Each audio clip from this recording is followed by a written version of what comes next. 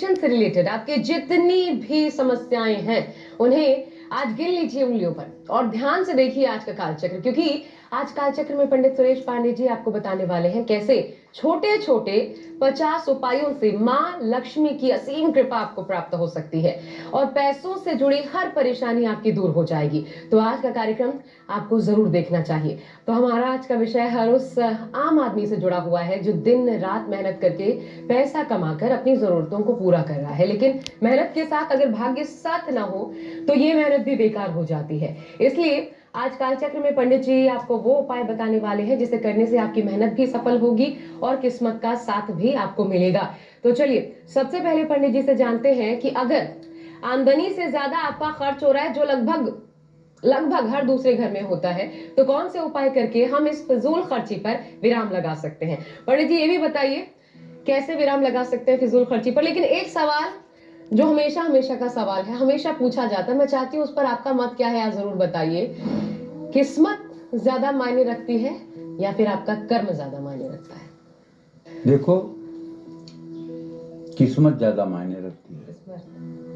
किस्मत ज्यादा मायने रखती है। आपका कर्म मायने रखता है लेकिन किस्मत ज्यादा मायने रखती है। जैसे एक लड़का किसी अरबपति के पत्नी के गर्भ से पैदा होता है, उसको जन्म लेते ही हजारों नौकर मिल जाते हैं और सोने का कटोरा और चम्मच मिल जाता है। उसने 9 महीने कौन सा कर्म किया कौन सा नहीं किया। और एक लड़का मेट्रो के नीचे भीख मांगने वाली के गर्भ से पैदा होता है, जो पैदा होते ही 10 मिनट के बाद गोदी में आकर के और उसकी माँ भीख मांग के दूध लाती है। तो कौन सा कर्म उसने नहीं किया, कौन सा कर्म उसने कर दिया पेट में। इसको क्या कहोगे? प्रारब्ध, भाग्य, किस्मत। ये तो प्रारब्ध हुआ, लेकिन कोई अथाह मेहनत करे। मैं वही कह रहा हूँ। देखो बेटा, ऐसा है, ग्रहाराज्यम प्रक्षंतिम ग्रहाराज्यम हरंत्य ग्रहव्याप्तम इदं सर्वत्र त्रैलोक्य सचराचरम। मेहनत सबसे ज्यादा हमारे समझ से 5वीं मंजिल पर ईंट पहुंचाने वाला व्यक्ति करता है, 5वीं मंजिल पर बालू और सीमेंट पहुंचाने वाला व्यक्ति करता है, लेकिन शाम को उसको 500-700 से ज्यादा नहीं मिलता है।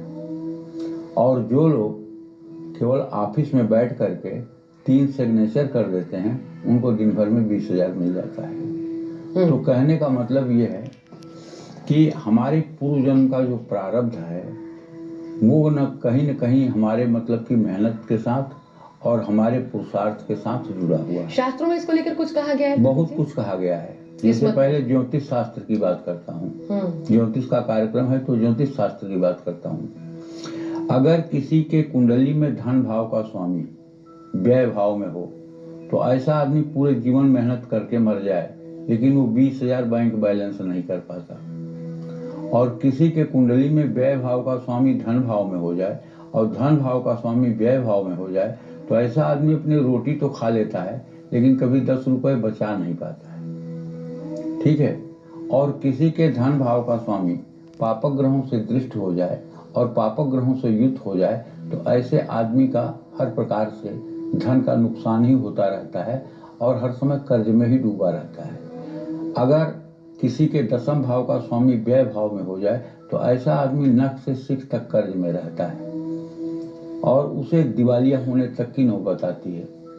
और इसी तरह से यदि चंद्रमा उच्च के नवांशक में किसी के जन्म कुंडली में हो जाए और अपनी राशि में भी हो, उच्च के नवांशक में हो जाए, तो ऐसा व्यक्ति अपने जीवन में कुछ करे या ना करे लेकिन पूरे जीवन उसके ऊपर लक्ष्मी की कृपा बरसती रहती है और हर समय वो धन धान्य से संपूर्ण रूप से सुखी रहता है। लेकिन जो आपने पहली बात बताई, तो क्या वही फिजूल खर्ची की तरफ ले जाता है व्यय भाव? फिजूल खर्ची का मतलब देखो, व्यय भाव, व्यय भाव में अगर सूर्य है तो ऐसा आदमी अपने पिता की लाइबिलिटी को उतारने में, जैसे अपने भाई बहनों की शादी करने में, अपने घर का कर्जा उतारने में, पिता के द्वारा मतलब कि किए हुए कर्जों को उतारने में, उसमें अपनी पूरी जिंदगी और ताकत लगा देता है। कौन सा घर कहलाता है पंडित जी व्यय भाव? 12वां घर। और उसमें क्या होना सबसे शुभ होता है?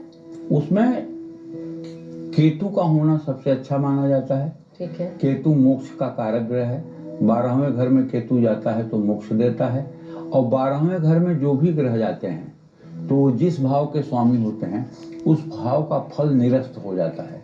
भाग्य भाव का स्वामी जाएगा तो भाग्य नष्ट हो जाएगा, आजीविका भाव का स्वामी जाएगी तो आजीविका नष्ट हो जाएगी, एकादश आम आय भाव का स्वामी जाएगा तो आमदनी नष्ट हो जाएगी, लग्नेश जाएगा तो शरीर रोगी हो जाएगा, धनेश जाएगा तो आदमी निर्धन हो जाएगा, पराक्रमेश जाएगा तो आदमी निरुत्साही हो जाएगा, सुखेश जाएगा तो माँ की तबीयत खराब हो जाएगी, पंचमेश जाएगा तो संतान का सुख नहीं मिलेगा, खष्टेश जाएगा तो दुश्मन खत्म हो जाएंगे, सप्तमेश जाएगा तो पत्नी रोगी हो जाएगी, अष्टमेश जाएगा तो मृत्यु का भय नहीं रहेगा। और राहु जाए तो?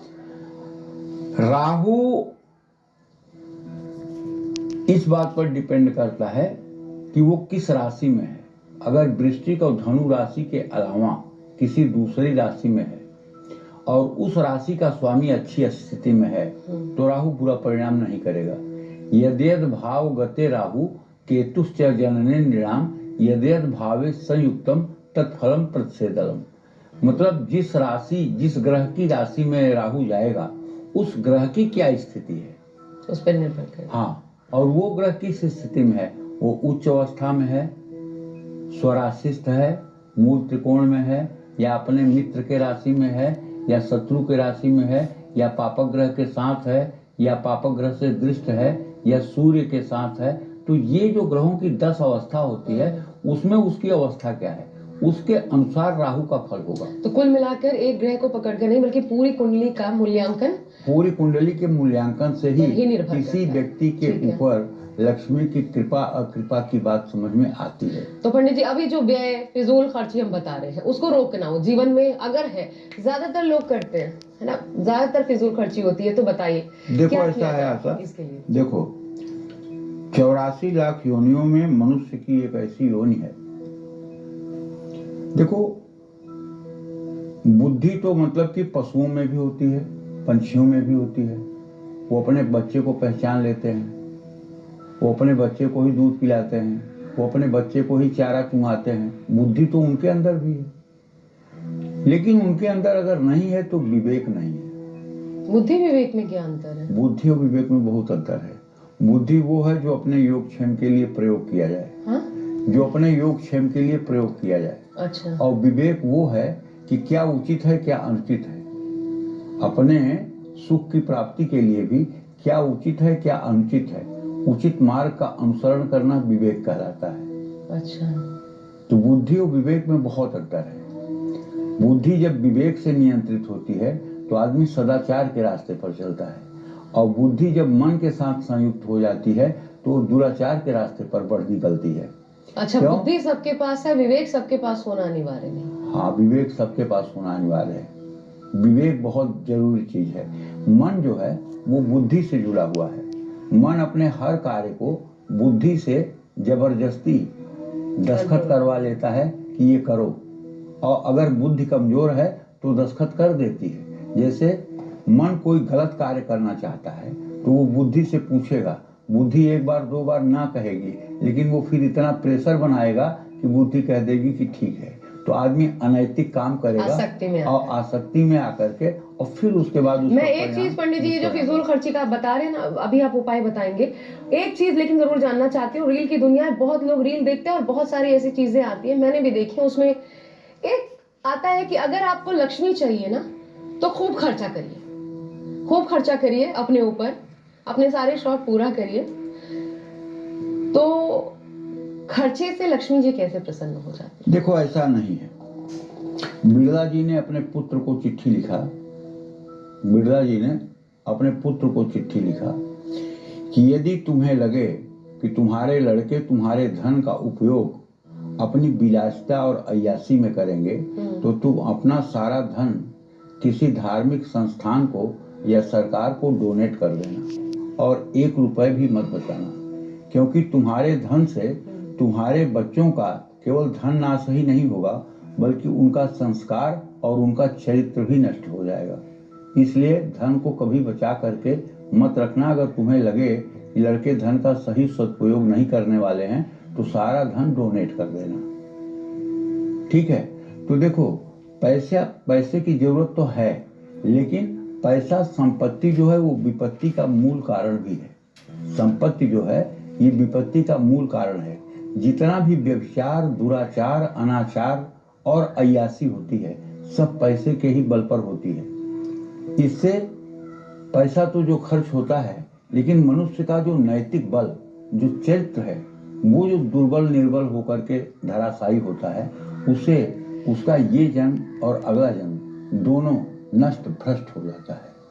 तो कहने का मतलब ये है कि सिर्फ पैसे को भगवान मान करके और पैसे को ही सर्वस्व मान करके जीवन जीना कहीं से ये मनुष्य के लिए उचित नहीं है। हाँ, इस पे जो जितने विशाल हृदय का होगा, जो जितने विशाल हृदय का होगा, उसको उतनी ज्यादा लक्ष्मी मिलेंगी। विशाल हृदय का मतलब मेरे मन में ये रहे कि मैं आशा के लिए क्या कर दूं, मेरे लिए ये रहे कि मेरे पड़ोसी का बेटी की शादी नहीं हो रही है, भगवान मुझे इतना कुछ दो कि मैं उसकी बेटी की शादी करवा दूं। परोपकार, ठीक है।